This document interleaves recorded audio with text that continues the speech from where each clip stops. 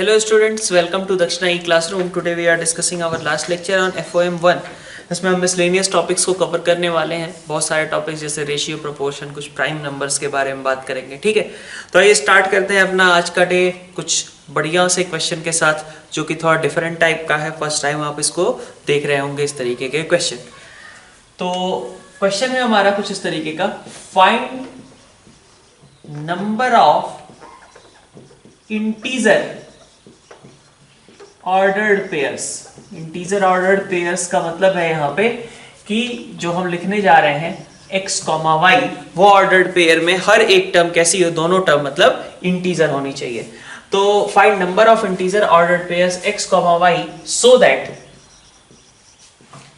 1 upon under root x plus 1 upon under root y is equal to 1 upon root 20. ये question आपको solve करना है. बहुत अच्छा क्वेश्चन है और बहुत ही कंसेप्चुअल क्वेश्चन है. ठीक है, वैसे आप ट्राई करेंगे इसको एक बार को. ठीक है, बट मैक्सिमम लोगों से क्वेश्चन फिलहाल होने में दिक्कत रहेगी. ठीक है, किस तरीके से सॉल्व करते हैं वो मैं आपको इस तरीके के क्वेश्चन से समझाता हूँ. आप देखिए इस तरीके के क्वेश्चन में क्या करना होता है. आप सबसे पहले किसी एक के टर्म में एक्सप्रेस कीजिए. जैसे x को y के टर्म में या y को x के टर्म्स में एक्सप्रेस करना स्टार्ट कीजिए. इससे क्या होगा, जैसे मान लीजिए आपके पास 1 अपॉन अंडर रूट वाई आपने एक साइड रखा और इसको आपने एक साइड लेते आए 1 upon under root 20 minus 1 upon root X. LCM वगैरह लिया, under root X minus under root 20 divided by कितना हो गया आपका अंडर रूट 20x. ये आ गया. ठीक है, अब इसको उल्टा करके लिख दिया कि रूट वाई कितना होगा. रूट वाई को हम लिख सकते हैं 2 under root 5x divided by under root x minus under root 20. ये बात ठीक थी. ठीक है, अच्छा नेक्स्ट स्टेप हम क्या कर सकते हैं, हम दोनों साइड स्क्वायर कर लें. तो y की वैल्यू क्या हो जाएगी, y की वैल्यू आपकी हो जाएगी, ऊपर यहाँ पे आ जाएगा कुछ 20x है ना भाई, यही आ जाएगा ना. 20x था, ये इसका स्क्वायर कितना हो जाएगा 2 स्क्वायर इंटू 5x 20x हो जाएगा. और नीचे वाले टर्म का जब होल स्क्वायर करोगे आप तो क्या बनेगा x plus 20 minus 2 under root 20x. ठीक है, इसको मैंने फिर से लिख लिया 20x upon x plus 20 minus 4 root 5x. ठीक है, अच्छा अब यहां से देखो आप कि भाई x को हमने कैसा बोल रखा है इंटीजर, y को कैसा बोल रखा है इंटीजर. तो जब x इंटीजर है y इंटीजर है तो ये बीच में इरेशनल टर्म क्या कर रही है भाई. ये अंडर रूट वाली टर्म का क्या मतलब है यहाँ पे, अंडर रूट 5x, इसका क्या करें, ये सबसे पहले बात समझ में आनी चाहिए. y अगर हमारा एक इंटीजर है तो 20 इंटू सम इंटीजर, नीचे कुछ इंटीजर. चलो यहां तक बात समझ में आती है कि हमारे पास रिजल्ट कुछ इंटीजर बाय इंटीजर का इंटीजर हो जाएगा. ठीक है, लेकिन ये अंडर रूट वाली टर्म क्या करेगी, अंडर रूट वाली टर्म से दिक्कत है ना. अब यहीं से ये क्वेश्चन सॉल्व भी होगा. अगर ये टर्म यहाँ पे क्रिएट ना हो तो फिर आप क्वेश्चन भी सॉल्व नहीं कर पाएंगे. आपके पास सबसे पहले यही चीज ऑब्जर्व होनी चाहिए कि ये एक अंडर रूट क्रिएट हो रहा है. इस अंडर रूट को कैसे हटाएं, तो आप सबसे पहले सोचो इसका मतलब कि x कैसा होना चाहिए. इस अंडर रूट, इस टर्म को आप सबसे पहले ये समझो कि ये क्वांटिटी एक इंटीजर है. क्यों, क्योंकि ये y के बराबर है. ठीक है, अब देखो न्यूमरेटर तो आपका एक इंटीजर 20 इंटू एक्स भी कैसा है इंटीजर है, x प्लस 20 भी कैसा है इंटीजर है. आपको इसे भी क्या करना होगा, ये इरेशनल थोड़ी ना रह सकता है, इसको भी तो क्या होना चाहिए, कुछ इंटीजर वगैरह होना चाहिए, तभी ये इंटीजर बाय इंटीजर कुछ रिजल्ट मिलेगा. लेकिन कम से कम ये तो कह सकते हैं ये टर्म इरेशनल नहीं होगी. रूट 5x को इरेशनल नहीं होना चाहिए. और रूट 5x इरेशनल कब नहीं होगा, खुद से सोचो इस एक बार को कि रूट 5x में x कैसा रखूं कि वो इरेशनल ना रह जाए.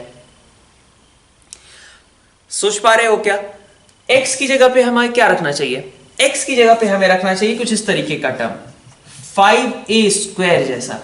अब कहोगे क्यों, क्योंकि हमारे पास जब 5 यहां पे पहले से लिखा हुआ है तो आप खुद सोचो अंडर रूट को हटाने के लिए अंदर में एक 5 तो कम से कम होना चाहिए ना. अंडर रूट को हटाने के लिए अंदर में एक 5 और होना चाहिए, तभी ये 5 वगैरह हट पाएंगे. अदरवाइज अंडर रूट 5 तो थ्रू आउट कैरी करता रह जाएगा. तो इसका मतलब x में मैं कह सकता हूं कि अगर इस पूरे टर्म को फ्री होना था, इस पूरे टर्म को अंडर रूट से बाहर आना था, ये वाली क्वांटिटी अगर आप कहो कि रैशनल कब हो पाएगी, अंडर रूट 5x रैशनल कैसे हो पाएगा, तो x की जगह पे हमारे पास कुछ इस तरीके का टर्म होना चाहिए जिसमें कम से कम एक 5 तो इन्वॉल्व हो। x की जगह पे कम से कम एक 5 इन्वॉल्व हो, क्योंकि तभी हमारे पास अंडर रूट में 2 5 एटलीस्ट हो पाएंगे और फिर हम सीधा अंडर रूट को हटा सकेंगे। बात समझ में आ रही है? अंडर रूट 5x में x की जगह पे हमारे पास कम से कम एक 5 होना चाहिए, तभी हम अंडर रूट के बाहर 5 को निकाल पाएंगे। ठीक है। अच्छा, सिर्फ 5 ही रहेगा क्या x की जगह पे? नहीं, x की जगह पे 5a² इसलिए रखा क्योंकि अगर मैं x की जगह पे 5 इंटू 3 का स्क्वायर रख दूं, ठीक है, x की जगह पे 5 इंटू 3 का स्क्वायर, तो चलो 5 तो दो मिल, एक पहले से था, एक मैंने x में लगा दिया, तो 5 तो बाहर हो जाएगा। जो अंदर वाली क्वांटिटी बची हुई है अभी, उसको भी तो एक परफेक्ट स्क्वायर होना चाहिए। जैसे आप ऐसे समझने का ट्राई करो, जैसे मान लेता हूं मैं, ऐसा मैंने लिख दिया, अंडर रूट 5 पहले से था, 5x की जगह मैंने डाल दिया 5 इंटू 3। अब इससे कोई फायदा होगा क्या? नहीं, क्योंकि 5 तो चलिए आपका अंडर रूट के बाहर चला गया, लेकिन अंडर रूट के अंदर 3 रह गया ना, फिर से बात फंस गई। फिर से टर्म कैसी हो गई? इररेशनल। हमें तो कैसा चाहिए? रैशनल चाहिए, इंटीजर चाहिए। तो ऐसा कैसे हो पाएगा? जब हम x की जगह पे a² टाइप की टर्म यूज करें। क्यों? तो हमारे पास 5 के साथ मिलकर के बाहर आ जाएगा अंडर रूट से, और a² जो अंदर में था वो भी अंडर रूट से बाहर निकल आएगा a बन करके। तो यहां से हमें पता चला कि x हमारा क्या है? 5a² का टाइप का है। अगर ये बात आपको समझ में आई है तो ठीक, वरना आप फिर से एक बार पीछे जाकर के इसी पार्ट को आप देखो। x आपका 5a² टाइप का होना चाहिए, क्योंकि अंडर रूट 5 पहले से है। x की जगह पे हमें एक 5 चाहिए ही होगा, तभी हम अंडर रूट से 5 को बाहर कर पाएंगे। और x में और जो भी बची हुई चीज हो वो कैसी हो? परफेक्ट स्क्वायर हो। अगर परफेक्ट स्क्वायर नहीं होगी तो कुछ इस तरीके का केस हो जाएगा कि अंडर रूट के अंदर फिर भी टर्म बची रह जाएगी। तो x हमारा कैसा हुआ? 5a² टाइप का हो गया। ठीक है। अच्छा, अब आप देखो यहां पे a क्या है? a ऑफ कोर्स आपका एक इंटीजर है। ठीक। अब हम बात करते हैं इधर। आप देखो कि अगर जैसे मैंने y को x के टर्म्स में यहां एक्सप्रेस किया है तो हमें ये रिजल्ट मिला है। x को y के टर्म्स में करेंगे अगर एक्सप्रेस, ठीक है, y को x के टर्म्स में एक्सप्रेस किया है, x को अगर y के टर्म्स में एक्सप्रेस करेंगे तो कोई डिफरेंस आएगा क्या? नहीं भाई, दोनों सिमेट्रिक टाइप के ही है ना, क्या डिफरेंस आएगा? y की जगह x लिखा होगा, x की जगह y लिखा होगा, बस इतना ही ना। ये टर्म तो वहां भी बनेगी, x की जगह वो क्या होगा? वहां पे 4 अंडर रूट 5y होगा। तो हम जैसे x को हमने बोला 5a², सिमेट्रिकली बिल्कुल जैसा x में एक्सप्रेशन है वैसा ही y में एक्सप्रेशन है, तो हम क्या बोल सकते हैं कि y भी क्या होगा? कुछ 5b² टाइप का होगा। b भी कैसा होना चाहिए? कोई और इंटीजर होना चाहिए। कोई भी इंटीजर हो सकता है, ऐसा जरूरी नहीं है ना कि जो x है वही y है, ऐसा जरूरी नहीं है, लेकिन दोनों एक ही टाइप के होंगे। क्यों? क्योंकि y को जब हमने x के टर्म्स में एक्सप्रेस किया या x को हमने y के टर्म्स में एक्सप्रेस किया, दोनों ही कैसे हैं? सेम चीजें बन रही हैं, सेम टाइप की चीजें दिख रही हैं। तो इसलिए हमने कहा कि x हमारा 5a² और y हमारा 5b² टाइप का होगा। ये बात क्लियर होगी। अब अगर ये बात क्लियर है तो अपन क्या करते हैं? x की जगह पे 5a² और y की जगह 5b² ओरिजिनल क्वेश्चन में रख लेते हैं। तो आपके पास क्या बनेगा? 1 अपॉन अंडर रूट x को आप क्या लिखोगे? अंडर रूट 5, x के साथ था a तो बाहर निकाल दो a को। ठीक है, अभी के लिए हमने क्या किया? अंडर रूट a² a को हमने बाहर निकाल लिया, प्लस साथ में और क्या करें? तो 1 अपॉन y के लिए क्या आएगा? b root 5 is equal to कितना है? 1 अपॉन 2 रूट 5। ये बात ठीक है। रूट 5 हटा सकते हैं क्या? कोई जीरो तो है नहीं, तो इसको हटा दिया सीधा हमने। तो आप देखो क्या है? a plus B upon A B is equal to 1/2। तो क्या बन गया? A B is equal to 2a plus 2b। ठीक है, A B is equal to 2a plus 2b। अब ये चीज आपने कर रखी है। a और b खुद कैसे हैं? इंटीजर्स हैं, और a b is equal to 2a plus 2b है। मतलब हमें पहले से बता दिया गया कि इस इक्वेशन के इंटीग्रल सॉल्यूशंस ही चाहिए। और ये कैसा है? एक सिंगल इक्वेशन है जिसमें 2 वेरिएबल्स हैं, हमें वो दोनों वेरिएबल्स फाइंड आउट करने हैं। कैसे निकालते हैं? ये वही फोर्स फैक्टराइजेशन वाला मेथड। फोर्स फैक्टराइजेशन में क्या कर रहे थे हम? a b माइनस 2a, मान लो एक साइड पहले मैं लिख लेता हूं एक बार को, a b minus 2a minus 2b is equal to 0, ये लिखा हुआ था। तो हमने फैक्टराइज करना शुरू किया, तो a कॉमन लिया, b माइनस 2 निकला माइनस। अब यहां पे हमें क्या दिख रहा है? यहाँ पे -2 हमें कॉमन निकालना चाहिए। इसके लिए हमें जरूरत किसकी होगी, अंदर में b-2 की, तभी हम फैक्टराइज कर पाएंगे। जो b-2 हमने यहाँ बनाया है वही b-2 हमें फिर से बनाने की जरूरत पड़ेगी। तो b-2 हमने यहाँ बना दिया। लेकिन इससे क्या पता चला, इससे पता चला कि हम ये टर्म बनाने के लिए हमने लेफ्ट साइड में 4 ऐड किया, तो राइट साइड में भी 4 ऐड कर दो। हमारे पास क्या आ गया, a-2 into b-2 is equal to 4। ठीक है, अब 4 के हमें क्या करने हैं, a-2 एक इंटीजर है, b-2 एक इंटीजर है, और दोनों इंटीजर्स का प्रोडक्ट कितना आता है, 4 आता है। तो 4 के पॉसिबल फैक्टर्स लिख दो। 4 को किस तरीके से मल्टीप्लिकेशन में रिप्रेजेंट कर सकते हैं, बस ये चीज आप लिख दो। क्या क्या हो सकता है, एक हो सकता है आपका 4 इंटू 1, और क्या आएगा 2 इंटू 2। अच्छा 4 1 ऐसा आया है तो 1 4 आ सकता है। ठीक है, अच्छा और क्या हो सकता है, -4 -1 भी तो हो सकता है, -1 -4 भी तो हो सकता है, -2 -2 भी हो सकता है। और कोई तरीका, और कोई तरीका तो नहीं है, यही तरीके हैं हमारे पास। तो अब देखते हैं यहां से क्या क्या बन रहा है। तो आप पहले कॉम्बिनेशन की बात करो। ठीक है, तो a-2 मेरा 4 है, b-2 मेरा 1 है, तो a मेरा कितना हो गया, a हो गया मेरा 6 और b हो गया मेरा 3। फिर इसी तरीके से आप यहां पे देखो, a-2 2 है, b-2 2 है, तो ab कितने हो गए 4,4। ध्यान रहे ये मैं x y नहीं लिख रहा हूं, ये मैं ab लिख रहा हूं। ठीक है, ये ab है, x y नहीं है। तो ये मेरा ab का एक और पेयर बन गया। फिर यहां पे देखो a-2 1, मतलब ये 3 6 वाला केस हो जाएगा। फिर यहां से ab क्या आएगा, a-2 मेरा -4 है, तो यहां आ गया -2, और b-2 -1 है, तो हमारे पास आ गया 1, है ना। फिर आप यहां पे देखो a-2 मेरा -1 है, मतलब 1 बना दिया, और b-2 -4 है तो -2 बना दिया, और इसने क्या बनाया, a और b दोनों को 0 0 क्रिएट करा दिया। ठीक था, ध्यान रहे ये हमने अभी भी बोल रहा हूं मैं, ये ab का पेयर निकाला है। हमें चाहिए क्या, हमें x और y चाहिए। तो अब चेक करते हैं कि क्या आ सकता है। तो x और y के लिए आप देखो, जब आपने ab को 6 और 3 निकाला है, तो x और y के पेयर्स, अब मैं शुरू करता हूं x y के पेयर्स लिखना। a 6 है तो x कितना होगा, a 6 है तो x कितना होगा 180, तो हमारे पास x कितना आ जाएगा 180 आ जाएगा। b हमारा 3 है ना, यहां पे b 3 है, तो इसका मतलब कि y कितना हो जाएगा मेरा 3 स्क्वायर 9 इंटू 5 45।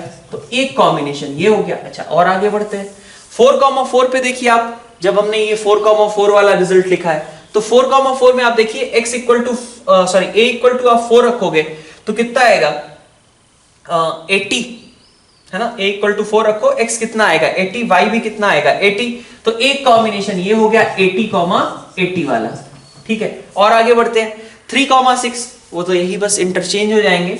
यहां पे हमारे पास हो जाएगा 45 180, एक ऑर्डर्ड पेयर ये भी हो गया। ये दोनों अलग अलग ऑर्डर्ड पेयर्स है ना, यहाँ पे x 180 था y 45, यहाँ पे x 45 था y 180, दोनों अलग अलग काउंट होंगे। नेक्स्ट फिर -2,1 की बात करता हूं। -2,1 जब आप रखोगे तो 5 इंटू 4 कितना हो गया 20 हो गया, और यहाँ पे कितना आ गया 5 आ गया। तो एक कॉम्बिनेशन ये भी हो गया 20,5। 1,-2 इसने भी क्या बनाया 5,20 बना दिया, इसमें भी कोई दिक्कत नहीं। फिर उसके बाद 0,0 जब आप रखोगे तो x is equal to 0, y equal to 0। ठीक है, तो लिखने को तो मैं लिख दे रहा हूं, लेकिन ये बात आपको क्लियर है कि 0,0 यहां पे रखा ही नहीं जा सकता। ये वाला रिजल्ट हमें रिजेक्ट करना पड़ेगा। 0,0 हमारा रिजेक्ट हो गया, क्योंकि क्या हो जाता है यहाँ पे डिनोमिनेटर 0 हो जाएगा। तो ऑफ कोर्स हमारे पास यही 5 सॉल्यूशंस हमारे पास ओवरऑल क्रिएट हो रहे हैं। तो बहुत अच्छा क्वेश्चन है। ठीक है, कंसेप्ट जो इसका था वो क्या था कि हम पहले y को x के टर्म्स में जब एक्सप्रेस कर रहे हैं, तो ये बात यहां वाली बात आपको समझ में आनी चाहिए कि x किस टाइप का होगा। x में कम से कम एक 5 होना चाहिए, और बाकी बची हुई चीज को कैसा होना चाहिए, एक परफेक्ट स्क्वायर होना चाहिए। नेक्स्ट हम स्टार्ट कर रहे हैं अपना प्राइम नंबर से रिलेटेड क्वेश्चंस। प्राइम नंबर्स सभी को पता है प्राइम नंबर्स क्या होते हैं, ठीक है, लेकिन अगर आपको ये क्वेश्चन पता है तो आप एक बार खुद से इस क्वेश्चन को पॉज करिए वीडियो और ट्राई करके देखिए कैसे आप सॉल्व करेंगे। ठीक है, x cube -8x square plus 20x -13 is a prime number. कम से कम थोड़ा समय तो दो कम से कम इस क्वेश्चन पे तो, ठीक है। हो सकता है कि कई लोग सॉल्व भी कर लें, ठीक है क्या। बहुत ज्यादा टफ लॉजिक नहीं है, बहुत सिंपल सी बात है जो तुम दिन में 10 बार कहते आ रहे हो, लेकिन उसको यूज नहीं किया है, बस इतनी सी बात है। ठीक है, तो आप लोग खुद से पहले वीडियो पॉज करके और ट्राई कीजिए इस क्वेश्चन को। ठीक है, सॉल्यूशन इसका कैसा होगा, जब भी कभी इस तरीके का आपको प्राइम नंबर से रिलेटेड क्वेश्चन दिखे, ठीक है, कि ये नंबर एक प्राइम नंबर है, उसके लिए वेरिएबल x की वैल्यूज क्या हो सकती हैं, इस तरीके का अगर आपको क्वेश्चन दिखे तो आपको सबसे पहला ध्यान कहां पे जाना चाहिए कि हमारे पास ये जो टर्म्स लिखी हुई हैं क्या इनका फैक्टर एग्जिस्ट करता है क्या। और ऑफ कोर्स आप देखोगे हर क्वेश्चन में आपके पास फैक्टर आपको मिलेगा ही मिलेगा। ये जो पूरा एक पॉलिनोमियल दे रखा है, इस पॉलिनोमियल का आपको हर बार एक फैक्टर मिलेगा ही मिलेगा, तभी ये क्वेश्चन सॉल्व होगा। क्या है यहाँ पे कि जैसे मान लो आपके पास ये क्यूबिक थी, इस क्यूबिक के फैक्टर्स आप देख सकते हो क्या, x cube minus 8x square plus 20x minus 13 के फैक्टर्स क्या क्या होंगे। तो आप देखो x इक्वल टू 1 अगर रखते हो तो ये वाली पूरी टर्म क्या हो जाएगी, 0 के बराबर हो जाएगी कि नहीं हो जाएगी। तो इसका मतलब एक फैक्टर आपको डायरेक्टली दिख गया, वो क्या है, वो फैक्टर है x माइनस 1। ठीक है, बाकी की बात करो, जब आप x माइनस 1 से इसको डिवाइड करोगे तो आपके पास क्या आएगा, एक्स स्क्वायर आएगा माइनस 7x आएगा और प्लस साथ में 13 आ जाएगा, ये हो जाएगा आपका। ठीक है, आपने क्या किया, x cube minus 8x square plus 20x minus 13 के फैक्टर्स लिखने का ट्राई किया। कुछ भी इस तरीके का क्वेश्चन दिया हुआ है, आपको सबसे पहले क्या करना है, उसके फैक्टर्स लिखने हैं, सबसे पहले आपको उसका फैक्टर लिखना है। ये चीज आप याद रखो, जैसे ही आपको प्राइम नंबर से रिलेटेड इस तरीके क्वेश्चन दिखे आपको तुरंत याद आना चाहिए कि इसका फैक्टराइजेशन पॉसिबल होगा। मेरा पहला टारगेट क्वेश्चन करने के पहले ये है, क्वेश्चन स्टार्ट करने के पहले ये है कि मुझे उसके फैक्टर्स लिख देने चाहिए, तो मैंने वो फैक्टर्स लिख दिए। ठीक है, अब मुझे पता चल, अब क्या लॉजिक क्या है, ये प्राइम नंबर है ना, तो अगर प्राइम नंबर है ये, तो इसके फैक्टर्स कैसे पॉसिबल होंगे।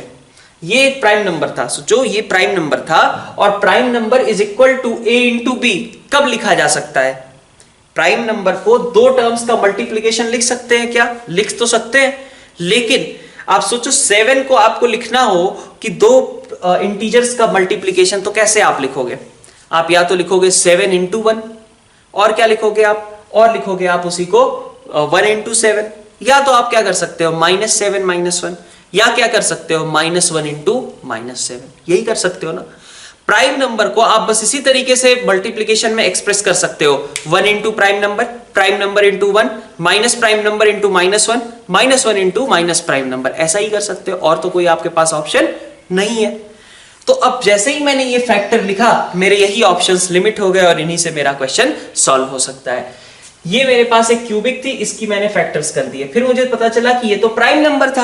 अब अगर ये प्राइम नंबर था तो इसका मतलब कि यहां पे कैसा रहा होगा, ये 1 इंटू प्राइम नंबर रहा होगा, ये प्राइम नंबर इंटू 1 रहा होगा, या फिर -1 इंटू माइनस प्राइम नंबर, या तो माइनस प्राइम नंबर इंटू -1, यही केसेस हो सकते हैं।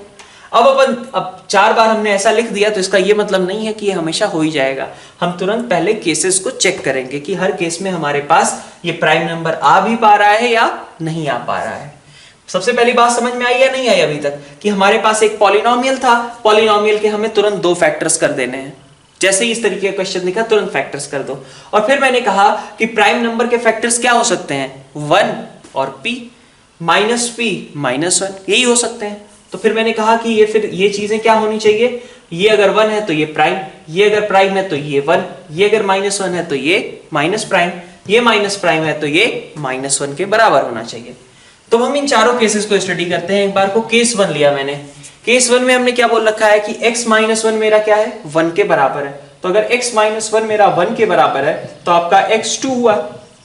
ठीक है, अब आप x2 हो गया तो इससे ये बात थोड़ी ना क्लियर हो गई कि ये प्राइम नंबर हो ही जाएगा। आपको चेक करना पड़ेगा कि जब ये टर्म 1 है तो ये प्राइम बन पा रहा है या नहीं बन पा रहा है। सोचो, इसको तुमने 1 बना दिया, ठीक है, यहां 15 आ जाए तो 1 इंटू 15 प्राइम नंबर थोड़ी ना होगा। तो हमें ये इस केस के लिए जब हमारा x2 मिला है तो हमें दूसरे वाले फैक्टर को भी चेक करना होगा कि उस समय हमारा x² -7x + 13 प्राइम बन पा रहा है या नहीं बन पा रहा है। कितना आ रहा है वो, ये आ रहा है 4 - 14 + 13, तो आपकी वैल्यू कितनी आ गई, 3 के बराबर आ गई। ठीक है, प्राइम हो गया ना। इसका मतलब कि x को 2 रखा जा सकता है, इसमें कोई दिक्कत नहीं है, क्योंकि x इक्वल टू 2 रखने पे क्या बन रहा है 1 इंटू 3, मतलब कि ये एक प्राइम नंबर हो गया। कौन सा? 1 इंटू 3 के बराबर हो गया। ठीक है, केस 2 की बात करते हैं। केस 2 में हमने क्या कहा, ये प्राइम नंबर है, अच्छा ये 1 है, तो हम 1 से स्टार्ट करते हैं सॉल्व करना। X square minus 7x plus 13 is equal to 1, तो x इज इक्वल टू क्या आएगा आपका 4,3।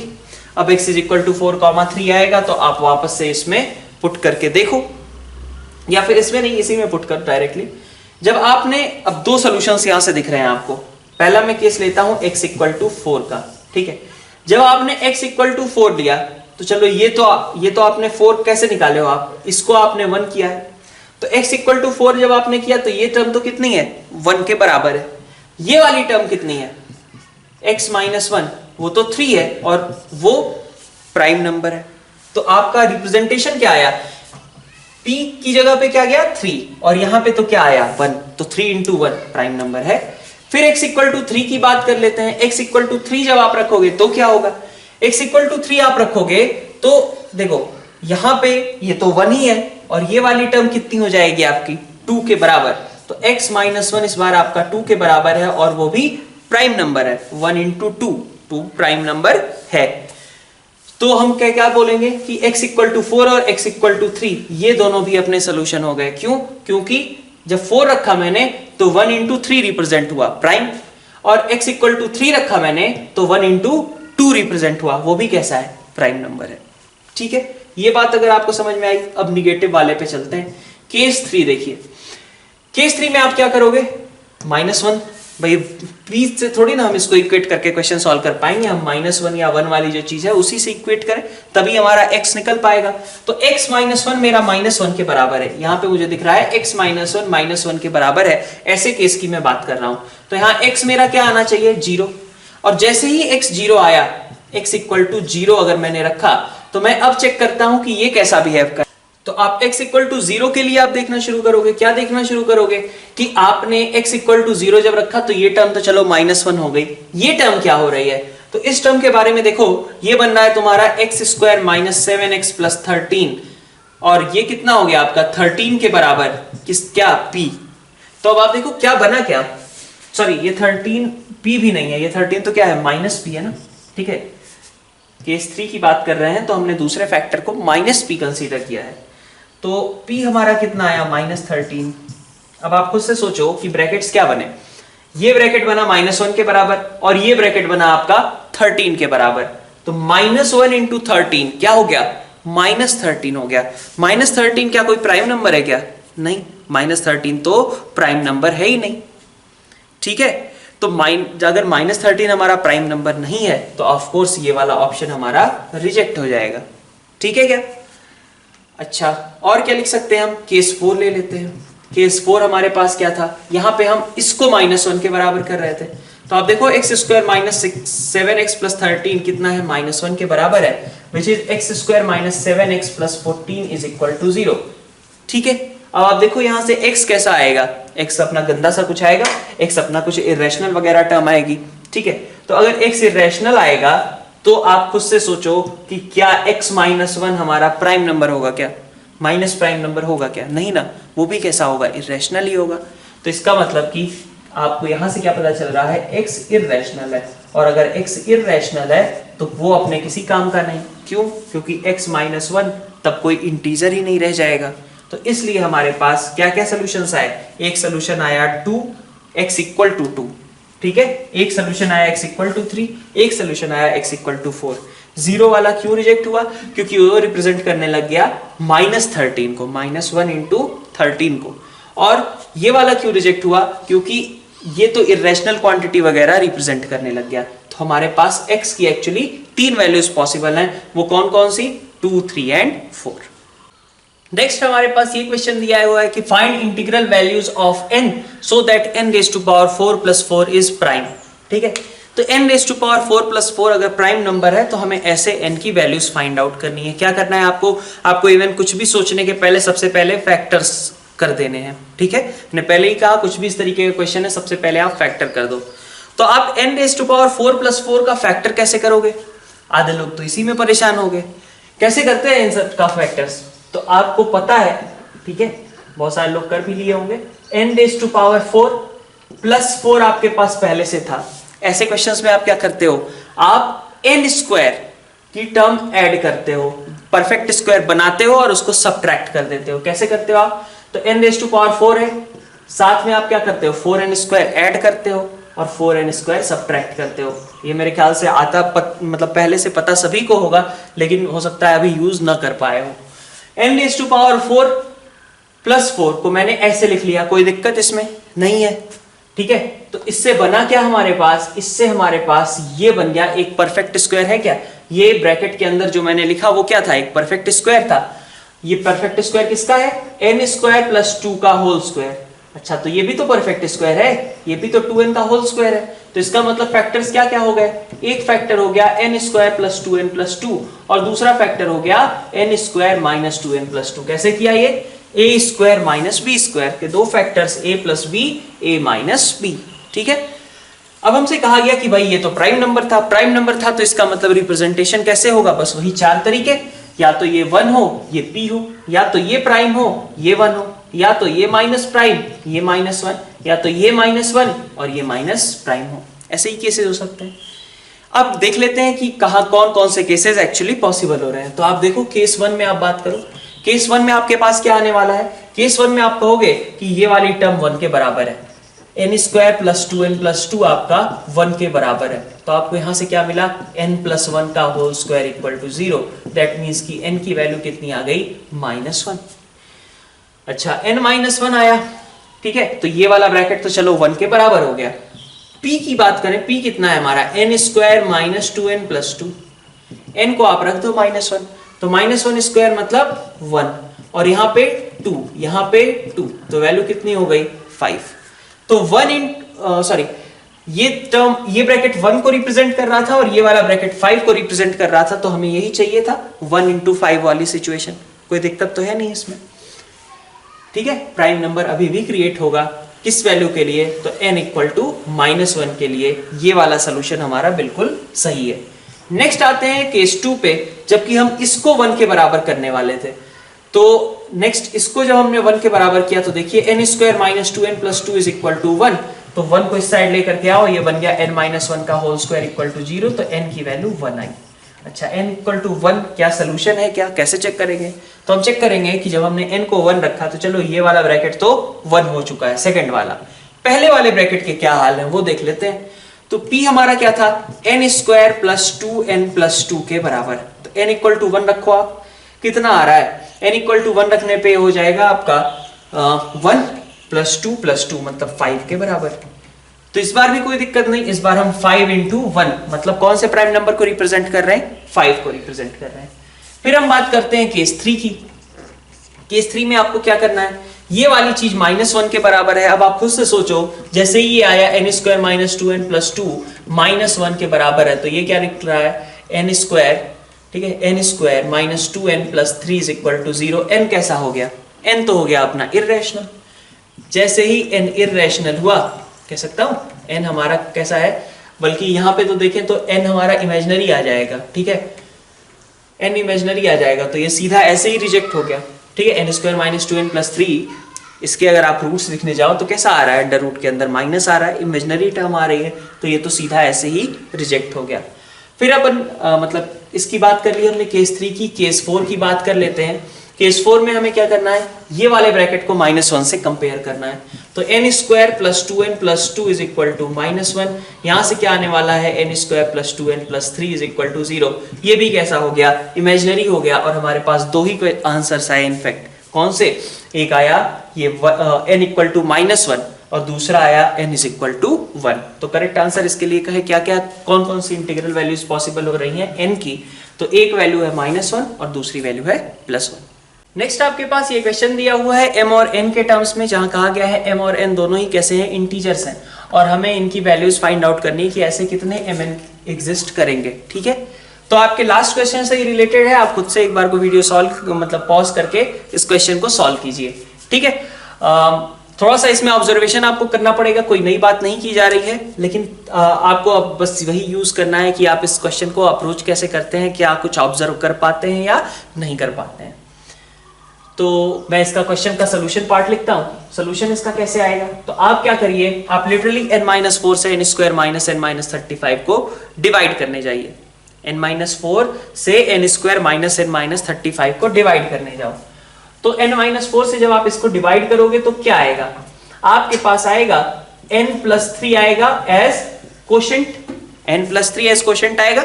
n-4 से आप डिवाइड करो, मैं डायरेक्टली रिजल्ट लिख रहा हूं, लेकिन आप डिवाइड कर लो। n-4 से जब आप डिवाइड करोगे तो कोशेंट आपका कितना आएगा, n+3 आएगा। रिमाइंडर कितना आएगा, रिमाइंडर आएगा आपका 23, -23, तो -23 और डिवीजन में n-4 लिख सकते हैं क्या ऐसे हम। भाई मैंने क्या किया, n² माइनस n-35 को आप देखो कि क्या लिखा जा सकता है, ये डिवाइजर था, कोशेंट था हमारा n+3 और रिमाइंडर आता था आपका -23, यही आता था। तो dividend is equal to divisor into quotient और प्लस रिमाइंडर, यही लिखा हुआ है। और डिवीजन में हमने और क्या लगा दिया है, n-4, तो अपन इधर भी n-4 लगा देते हैं। कितना बन जाएगा ये बन जाएगा आपका n+3 -23 अपॉन n-4। ये आपका m के बराबर है, m और n के बीच इस तरीके का रिलेशन है, ठीक है क्या।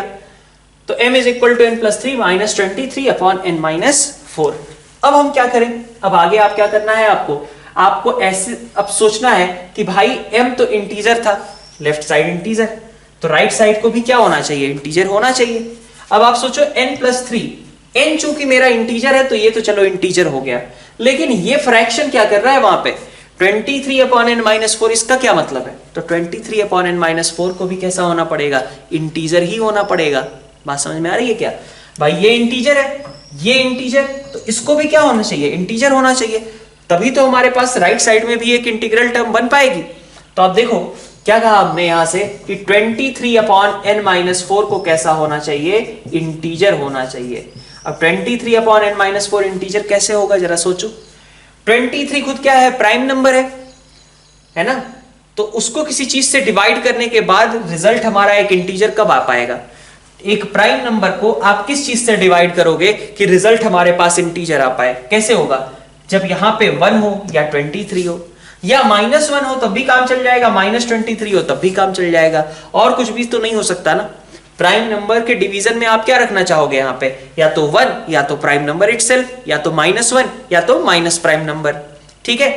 तो आप देखो क्या सिचुएशन होगी, आप कह सकते हो कि इसको इंटीजर होने के लिए इस डिनोमिनेटर को या तो 1 होना चाहिए या तो 23 होना चाहिए या -1 या फिर -23 के बराबर होना चाहिए। तो यहां से आप देखो n की वैल्यू 5 आ चुकी है, n जब 5 आएगा तो m कितना होगा, n को 5 रखो तो 5 + 3 कितना हो गया, 8 माइनस 23/1, तो 23, तो यहां पे आ गया -15। नेक्स्ट आप बात करो जब n को आपने इस केस में आपका n कितना आ रहा है, 27 आ रहा है, ठीक है, n-4 23 था तो n कितना आया 27, m की वैल्यू कितनी हुई, n+3 कर दो, 27 + 3 30 माइनस 23 अपॉन 23 मतलब 1, आंसर कितना हो गया 29। यहां पे देखो n की वैल्यू कितनी है 3 और m की वैल्यू कितनी आ जाएगी, n को 3 रखा तो m हो गया हमारा 6 माइनस 23 और डिवीजन में क्या आएगा -1, है ना। तो आप देखो 6 + 23 हो गया 29, और इसी तरीके से यहां पे आपका n -4 -23 था तो n हो गया आपका -19 और m की वैल्यू कितनी हो गई, n को -19 रखो, m हो गया -16 माइनस 23 अपॉन नीचे कितना है, तो n हमारा -19 था, ये हो गया आपका -23, तो आपके पास आ गया -16 और यहां से +1 विच इज -15। तो क्या क्या पेयर्स एग्जिस्ट किए, जब n की वैल्यू -15 है तो n 5 हो सकता है, m 29 और n को 27 रख सकते हैं, m को 29 और n को 3 भी रख सकते हैं, m को हम यहाँ पे m को अपने -15 और n को -19 भी रख सकते हैं। तो ये हमारे पास वो सारे पॉसिबल पेयर्स हो जाएंगे जो कि इस क्वेश्चन के लिए एग्जिस्ट करेंगे, ठीक है। तो यहाँ पे हमारे पास प्राइम नंबर्स वगैरह से रिलेटेड हमने क्वेश्चन सॉल्व किए, और प्राइम नंबर से कहूँ तो बस इतना ही आपको देखना है, एक दो टाइप की चीजें, एक तो जो लास्ट क्वेश्चन था वो थोड़ा सा डिफरेंट तरीके से उसे लिखा गया था, बाकी हर केस में आप क्या करते हो, आप हर केस में उस पॉलिनोमियल के फैक्टर्स करते हो, फैक्टर्स करके सॉल्व करते हो, ठीक है, कि वो क्या क्या हो सकता है, 1 into prime number into 1, minus prime into -1, -1 into minus prime. Next अपन वापस से कुछ इंपॉर्टेंट रिजल्ट्स की बात कर लेते हैं। इन इंपॉर्टेंट रिजल्ट्स में मैं कहूं तो सबसे पहले तो जो हमने आज फैक्टर एक किया n⁴ का, उससे ही रिलेटेड बात कर लेता हूं मैं कि n⁴ था, तो आप एक बार को लिख भी लो इस वाले को कि आपने क्या किया था, a⁴ प्लस आपने 4a² ऐड किया, 4a² को सब्ट्रैक्ट किया और फिर आपने लिखा कि ये क्या होगा, a² + 2 का होल स्क्वायर माइनस 2a का होल स्क्वायर। तो आपके फैक्टर्स आ गए, एक फैक्टर आया a² + 2a + 2, एक फैक्टर आ गया आपका a² - 2a + 2। ये बात ठीक है। अच्छा, इसी तरीके से ये कहता है आपका x⁴ + x² + 1, इसके आप फैक्टर्स लिख सकते हो। इसको कैसे लिखते हो आप, बिल्कुल कंसेप्ट यही है, लिखने का तरीका अलग है। यहां पे क्या हो जाएगा, आप फिर से इसको परफेक्ट स्क्वायर बनाने जाओगे। क्या परफेक्ट स्क्वायर बना सकते हो, x⁴ + 2x² + 1, ये बना सकते हो। माइनस कर दो आप इसमें से x², ठीक है। अब आपको दिख जाएगा ये फैक्टर, ये क्या है हमारा, एक परफेक्ट स्क्वायर लिखा हुआ है और दूसरा भी एक परफेक्ट स्क्वायर लिखा हुआ है। तो ये वैल्यू कितनी हो गई, a² - b², x² + x + 1, x² - x + 1, ठीक है। तो दोनों में ही हमने क्या किया है, a² - b² को ही यूज किया है अलग अलग तरीके से। ये वाला याद रखना, ये तुम लोग साल भर भूलते रहते हो, कोई फायदा नहीं होता है, ठीक है, लेकिन ट्राई करना इसको याद रखने का। बार बार ये क्वेश्चन, बार बार ये चीज आएगी, बार बार किसी भी चैप्टर में पहुंच जाओ ये वाला एक्सप्रेशन तुम्हें कहीं ना कहीं दिख ही जाएगा, ठीक है। तो इसलिए बहुत इंपॉर्टेंट है, प्लीज इसका आप थोड़ा सा ध्यान रखना, ठीक है।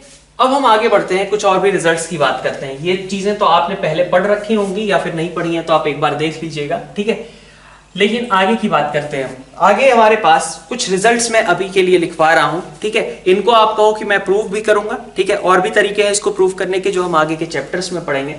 जैसे पहला एक रिजल्ट होता है कि x और 1/x की अगर बात करूं तो x और 1/x का सम हमेशा मेरा 2 से बड़ा होता है। x और 1/x का सम हमेशा मेरा 2 से बड़ा होता है। कब, if x is greater then 0, ठीक है। x 0 तो नहीं हो सकता, लेकिन अगर x पॉजिटिव है तो x + 1/x मेरा ग्रेटर देन और इक्वल टू 2 होता है। और ये इक्वालिटी कब आती है, वेयर, ठीक है, इक्वालिटी होल्ड्स। इस बात का मतलब क्या है कि ये x + 1/x is equal to 2 कब आता है, जबकि x की वैल्यू कितनी हो जाए, 1 हो जाए। Where equality holds when x is equal to 1/x is equal to 1। जब ये दोनों टर्म्स आपस में बराबर हो, और दोनों टर्म्स बराबर होंगे तो 2 लाने के लिए क्या हो जाएगा, x is equal to 1/x is equal to 1। जब x 1 होगा तभी ये वैल्यू 2 आएगी। बाकी x की कोई भी पॉजिटिव वैल्यू रखो, ये रिजल्ट हमेशा कैसा आएगा, 2 से बड़ा आएगा। अब इसको आप चाहो तो प्रूफ कैसे कर सकते हो, लेकिन एक काम करते हैं, हम एक और स्टेटमेंट लिख देते हैं, उसके बाद हम प्रूफ करने की बात करते हैं। x + 1/x की वैल्यू -2 से हमेशा छोटी होगी। कब, जबकि x < 0 है। अगर हमने x को निगेटिव लिया तो कोई भी निगेटिव नंबर, ठीक है, निगेटिव नंबर का मतलब निगेटिव इंटीजर नहीं, निगेटिव हमारे पास इर्रेशनल नंबर हो तो भी कोई फर्क नहीं पड़ता। इसी तरीके से यहाँ x हमारा पॉजिटिव इंटीजर ही नहीं, x कोई भी इर्रेशनल नंबर हो तो भी कोई दिक्कत नहीं, कोई पॉजिटिव इर्रेशनल नंबर हो तो भी कोई दिक्कत नहीं। तो कोई भी यहाँ पे क्या कहा जा रहा है, कोई भी पॉजिटिव नंबर और उसके रेसिप्रोकल का सम जो है हमेशा 2 या 2 से बड़ा होता है। और यहाँ कहा जा रहा है कि कोई भी निगेटिव नंबर या फिर कोई भी निगेटिव नंबर और उसके रेसिप्रोकल का सम हमेशा -2 से छोटा होता है। ये दोनों रिजल्ट्स आपको याद रखने हैं।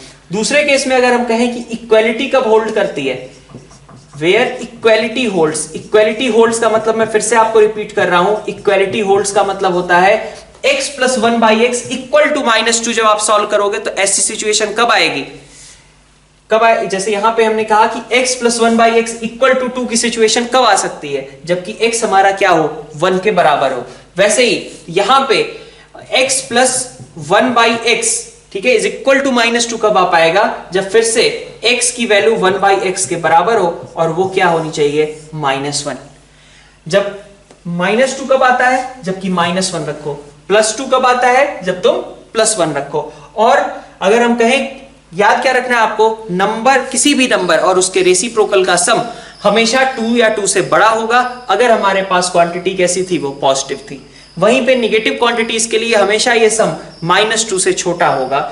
और इनमें कहीं इक्वलिटी कब कब होल्ड करेगी, जब ये इक्वल टू की कंडीशन कब आएगी। तो आप सॉल्व करके भी वैसे इक्वेशन को देख सकते हो, x की वैल्यू 1 आ जाएगी। यहां पे आप इक्वलिटी सॉल्व करोगे इक्वेशंस कि x + 1/x is equal to -2, तो उस समय x की वैल्यू आपकी आ जाएगी -1 के बराबर।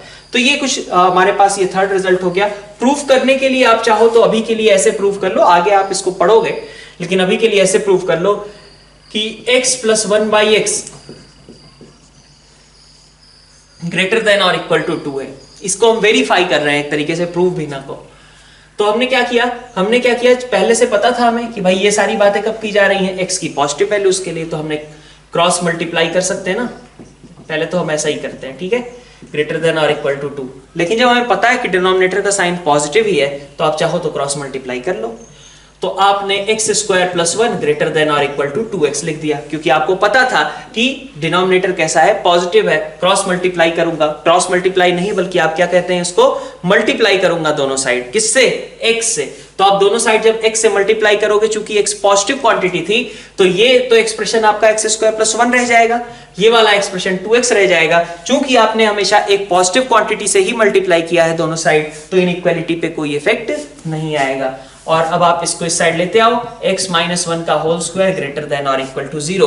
अब आप कहोगे ये तो हमेशा ही ट्रू है ना, x - 1 का होल स्क्वायर ग्रेटर देन और इक्वल टू 0। इक्वालिटी भी आ गई 0 की और ग्रेटर देन भी हो गया 0 से, तो ये बात तो हमेशा ही ट्रू है। आप इसका अगर सोल्यूशन लिखने जाओ इनइक्वालिटी से, तो वो भी क्या आएगा, x बिलोंग्स टू r ही आएगा, ठीक है। तो ये बात आपकी वेरीफाई हो गई। सिमिलरली आप दूसरे वाले रिजल्ट को भी वेरीफाई कर सकते हो। x + 1/x को लिखा है हमने -2 से छोटा, लेकिन यहां पे हमने क्या बोला था, x कैसा होता है, नेगेटिव होता है। अब आप क्या करोगे, पहले एलसीएम ले लो, x² + 1/x लेस देन और इक्वल टू -2। इसको क्या करोगे, अब आप फिर दोनों साइड आप x से मल्टीप्लाई करोगे। तो जब आप x से मल्टीप्लाई करोगे तो इधर तो बचेगा x² + 1, इधर बचेगा आपका -2x, लेकिन x खुद कैसा था, निगेटिव था। जब आप निगेटिव क्वांटिटी से दोनों साइड मल्टीप्लाई कर रहे हो तो क्या होता है, इनइक्वालिटी साइन आपकी पलट जाती है। तो इनइक्वालिटी आपकी पलट गई, आपके पास 2x को इधर करने पे आया x + 1 का होल स्क्वायर ग्रेटर देन और इक्वल टू 0। आप इसका सोल्यूशन लिख लो, इसका भी सोल्यूशन हमेशा ही ट्रू आएगा। तो ये भी क्या हो गया आपका, x बिलोंग्स टू r। हर x के लिए, मतलब ये सारी बातें वैसे हमने कब की थी, x बिलोंग्स टू r, तो यहां से इनइक्वालिटी का सोल्यूशन आया है, बट ये सारा हमने कब किया था, जब x पॉजिटिव था। वैसे ही ये सारी बात हमने कब की थी, जबकि x हमारा कैसा था, निगेटिव था। तो ये बात वेरीफाई हो गई जो हम यहाँ पे दोनों स्टेटमेंट्स लिख रहे थे। आप इससे बिल्कुल कंफ्यूज ना होना कि ये x बिलोंग्स टू r के लिए है, नहीं, x बिलोंग्स टू r के लिए नहीं है ये दोनों। इसमें एक केस हमने पहले ही ले लिया था कि x मेरा पॉजिटिव है, जब x पॉजिटिव है तब ये सारी बातें हैं, और यहां से जब x निगेटिव है तभी ये सारी बातें की जा रही हैं। तो ये दोनों रिजल्ट्स आपको याद रखने हैं, क्या कि कोई भी नंबर और उसके रेसिप्रोकल का सम हमेशा 2 या 2 से बड़ा होता है अगर नंबर पॉजिटिव है। अगर नंबर नेगेटिव है तो हमेशा ये क्वांटिटी -2 से छोटी होगी। नेक्स्ट आपको मैंने एक लास्ट लेक्चर में हमने ये वाला फॉर्मूला पढ़ा था। हमने कहा था ये ऐसा फॉर्मूला है जो आपकी जिंदगी बदल देता है कई बार। a² + b² + c² -ab - bc - ca को हमने बोला था कि इसको हम ऐसा रिप्रेजेंट कर सकते हैं, ½ × 3 परफेक्ट स्क्वायर्स का सम। परफेक्ट स्क्वायर्स क्या थे, a - b का होल स्क्वायर, b - c का होल स्क्वायर, c - a का होल स्क्वायर। तीनों परफेक्ट स्क्वायर्स थे। अब परफेक्ट स्क्वायर तो पॉजिटिव ही होंगे या 0 के बराबर होंगे। तो ओवरऑल मैंने कह दिया कि ओवरऑल क्वांटिटी ग्रेटर देन और इक्वल टू 0 है। इसमें कई बार ये होता है, कई बार मैंने देखा है कि आप लोग ये मिस्टेक करते हो। इसी फॉर्मूले की बात नहीं कर रहा, कहीं भी परफेक्ट स्क्वायर की बात करते हैं जब आप बोल देते हो परफेक्ट स्क्वायर हमेशा पॉजिटिव होता है। नहीं, परफेक्ट स्क्वायर हमेशा पॉजिटिव नहीं होता। परफेक्ट स्क्वायर नॉन निगेटिव होता है। नॉन निगेटिव का मतलब वो 0 भी हो सकता है और पॉजिटिव भी हो सकता है, दोनों सिचुएशंस है। परफेक्ट स्क्वायर या तो 0 हो सकता है या पॉजिटिव हो सकता है। इसके बेसिस पे क्या होता है कि कई बार आप सिली मिस्टेक्स करते हो, तो ऐसी सिली मिस्टेक्स आपको नहीं करनी है। आप क्या याद रखो, थोड़ी सी आदत आपकी है कि स्क्वायर हमेशा पॉजिटिव होता है, ये कहने की जगह आप ये बोलना शुरू कर दो स्क्वायर हमेशा नॉन निगेटिव होता है, क्योंकि स्क्वायर में वो 0 वाली चीज आप कई बार छूट जाती है आपसे। तो आप देखो, इसको भी मैंने क्या बोला कि ये 3 परफेक्ट स्क्वायर्स हैं, नॉन निगेटिव होंगे, ½ से मल्टीप्लाई होगा तो रिजल्ट कैसा आएगा, नॉन निगेटिव ही आएगा। और इसलिए हमने कहा कि ये ग्रेटर देन और इक्वल टू 0 के बराबर है। अच्छा, इक्वलिटी कब आएगी, मतलब ये एक्सप्रेशन हमारा 0 के बराबर कब आएगा, जब तीनों ही क्या हो इंडिविजुअली, ये भी जीरो लिखा हो, ये भी जीरो लिखा हो, ये भी जीरो लिखा हो, और उसका मतलब क्या होगा a equal to B, b equal to C, that means a equal to B equal to C. तो बहुत इंपॉर्टेंट फॉर्मूला था, हर जगह इसका यूज आता है, बहुत ही काम की चीज है ये। ठीक है, अपन अब आगे इसी रिजल्ट पे बेस्ड हम कुछ और भी लिख लेते हैं। एक और इनइक्वालिटी, अब ये जो मैं जैसे बात कर रहा हूं, ये रेसिप्रोकल वाली मैंने बात की x plus one by x की, ये आपको याद रखनी है आगे। इसकी बात की मैंने कि ये कैसा होता है इसका रिजल्ट, ये आपको याद रखना है, ये आपको एज इट इज यूज करना पड़ेगा। अब कोई वापस से इसको आपको एक्सप्लेन करने नहीं जाएगा, अब आपको सीधा ये बोला जाएगा कि FOM1 में आपने ये रिजल्ट पढ़ा था। ठीक है, तो उस तरीके से इसको रेफर कर लीजिए, इस तरीके से आपके पास ये रिजल्ट्स आपको याद होने चाहिए। अब देखिए आपको आगे नेक्स्ट रिजल्ट हम क्या लिखने वाले हैं, अपन लिख रहे हैं इसी के यूज से बनी है, बट आप देख लेती है एक बार, A square plus B square plus C square into X square plus Y square plus Z square, ठीक है, इज ग्रेटर देन और equal to A X plus B Y plus C Z का होल स्क्वायर। ठीक है, अब equality का hold करेगी, ये सारी बातें अपन करेंगे। हम अभी के लिए इसको अलजेब्रिकली पूरा थोड़ा एक तरीके से आपका ये डिफिकल्ट थोड़ा सा कैलकुलेटिव मेथड से अभी सॉल्व कर रहे हैं, लेकिन आपके पास एक और तरीका होता है, वेक्टर्स का तरीका होता है इस एक्सप्रेशन को प्रूव करने के लिए, वो अपन बाद में देखेंगे। अभी के लिए हम उसकी बात नहीं कर रहे, अभी आपको शायद वो समझने में दिक्कत होगी। तो आप देखो इसको एक्सपेंड करोगे तो आपके पास क्या आएगा, आप बेसिकली अगर आप इसको प्रूव करने की बात करो तो प्रूव आप करने का मतलब क्या है कि आपको ये दिखाना है कि A square plus B square plus C square into X square plus Y square plus Z square और minus A X plus B Y plus C Z का होल स्क्वायर, ये क्वांटिटी हमेशा पॉजिटिव होती है, यही दिखाना है। तो थोड़ा सा मेहनत करो, क्या करना है मेहनत, आपको सब एक्सपेंड कर देना है। करते हैं एक्सपेंड, क्या आ रहा है देखते हैं। तो आप जब एक्सपेंड करोगे तो आपके पास बनेगा A square X square plus A square Y square plus A square Z square plus B square X square plus B square Y square plus B square Z square. ठीक है, प्लस इसी तरीके से C square X square plus C square Y square plus C square Z square, ये ठीक था। अच्छा, minus कर दिया हमने किसको, माइनस हमें पूरा टर्म करना पड़ेगा, तो क्या बनेगा A square X square plus B square Y square plus C square Z square. ठीक है, प्लस यहां से क्या आएगा 2ab xy plus 2bc yz और plus 2ac xz plus 2ac xz, ये हमारे पास टर्म हो जाएगी। ठीक है, अच्छा अब आगे देखिए, ये कट गया, इससे बी स्क्वायर वाई स्क्वायर कहा गया, इधर इधर कट गया, सी स्क्वायर जेड स्क्वायर इधर था, इधर कट गया। ठीक है, अब तुम्हारे पास बचा क्या, ए स्क्वायर वाई स्क्वायर, ठीक है, A square Z square B square X square, है ना, ये 6 स्क्वायर्स बचे हुए हैं ना, 3 यहाँ पे और 3 ऐसे स्क्वायर्स यहाँ पे बचे हुए हैं और बाकी ये टर्म्स बची हुई हैं। अब थोड़ा सा अगर इसको ऑब्जर्व कर लो आप तो आपका काम आसान हो सकता है। आप क्या बोल सकते हो कि इसको मैं बची हुई टर्म को हाफ से मल्टीप्लाई डिवाइड कर दूंगा, बिल्कुल उसी तरीके से जैसे आपने यहां पे किया था। ठीक है, अब आप देखो क्या बन रहा है, ये 2a स्क्वायर वाई स्क्वायर, बल्कि मैं चाहूं तो इस रिजल्ट को डायरेक्टली ही यूज करने का ट्राई करता हूं। यहाँ पे आप देखो ऐसा लिख लो, पहले एक बार को लिखो सारे terms, A square Y square plus A square Z square plus B square X square plus यहाँ पे आपके पास है C B square Z square plus C square X square plus C square Y square, minus का है आपके पास 2ab xy, है ना, और माइनस का है आपके पास 2bc yz और एक है माइनस 2ac xz, ये आपके पास टर्म्स बची हुई हैं। अब इन रिजल्ट्स को, इस जो एक्सप्रेशन को हम किस तरीके से कंबाइन करके लिख सकते हैं, इसको आप लिख सकते हो ए स्क्वायर वाई स्क्वायर उठाओ, यहां से बी स्क्वायर एक्स स्क्वायर उठाओ और यहां से 2ab xy, इन तीनों टर्म्स को क्लब करके लिखा जा सकता है ना, ए वाई माइनस बी एक्स का होल स्क्वायर। फिर इसी तरीके से देखो, इसको उठाया मैंने ए स्क्वायर जेड स्क्वायर, ठीक है, और मैं उठा लेता हूं ए जेड के साथ में मान लो सी स्क्वायर एक्स स्क्वायर को और इधर से ए सी एक्स जेड। ठीक है, तो अब देखो ये टर्म्स क्या है, ए जेड माइनस सी एक्स का होल स्क्वायर, ये तीनों टर्म्स कवर हो गई। फिर बची हुई टर्म्स को क्लब कर लो, क्या है वहां पे B square Z square C square Y square minus 2bc yz, तो इसको लिख दो आप B Z minus C Y का होल स्क्वायर। ठीक है, अब आपने क्या देखा कि ये जो एक्सप्रेशन था आपका, वो एक्सप्रेशन एक्चुअली क्या है, 3 परफेक्ट स्क्वायर्स का सम है। ये एक्सप्रेशन आपका, ये जो एक्सप्रेशन था ये 3 परफेक्ट स्क्वायर्स का सम है, और अगर ये 3 परफेक्ट स्क्वायर्स का सम है तो ऑफ कोर्स इसको कैसा होना चाहिए, ग्रेटर देन और इक्वल टू 0 होना चाहिए।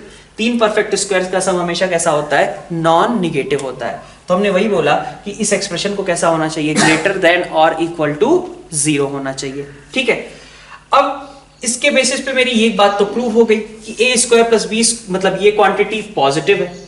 ठीक है, ये क्वांटिटी, यही इसी को लिखा है ना हमने यहां पे ले आकर के, ये और ये दोनों सेम बातें हैं ना, और ये क्वांटिटी को हमने प्रूव कर दिया कि ये पॉजिटिव है।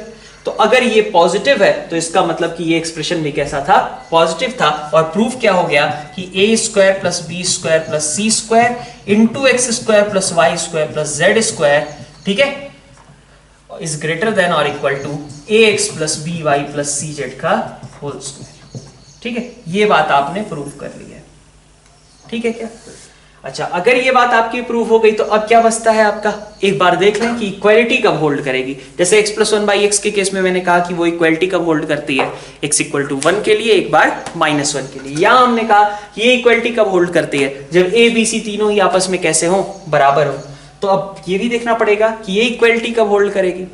तो खुद से सोचो जरा कि खुद ये इक्वालिटी कब होल्ड करेगी। इसके जस्ट ऊपर वाले रिजल्ट में है, इसका ऊपर वाला जो एक्सप्रेशन लिखा है ये वाला हमारे पास, इसी में हमारे पास वो रिजल्ट है। कैसे? आप देखो, 3 परफेक्ट स्क्वायर्स हैं, इक्वल टू 0 कब आएगा उनका सम, जबकि तीनों क्या हो, इंडिविजुअली 0 हो। तो अब इक्वालिटी की हम अलग से बात करते हैं, इक्वालिटी की हम अलग से बात कर ले रहे हैं यहाँ पे, इक्वालिटी कब होल्ड करेगी। ठीक है, तो ऐसा कह लो जैसे इक्वालिटी मतलब वेयर इक्वालिटी होल्ड्स, कब, जबकि तीनों इंडिविजुअली, ये 3 परफेक्ट स्क्वायर्स हैं, 3 परफेक्ट स्क्वायर का सम ग्रेटर देन और इक्वल टू 0 होता ही है। इक्वल टू 0 कब होता है वो हमें चेक करना है। तो इक्वल टू 0 कब होता है, जबकि ये तीनों परफेक्ट स्क्वायर्स क्या लिखे हैं, 0 ही लिखे गए हो।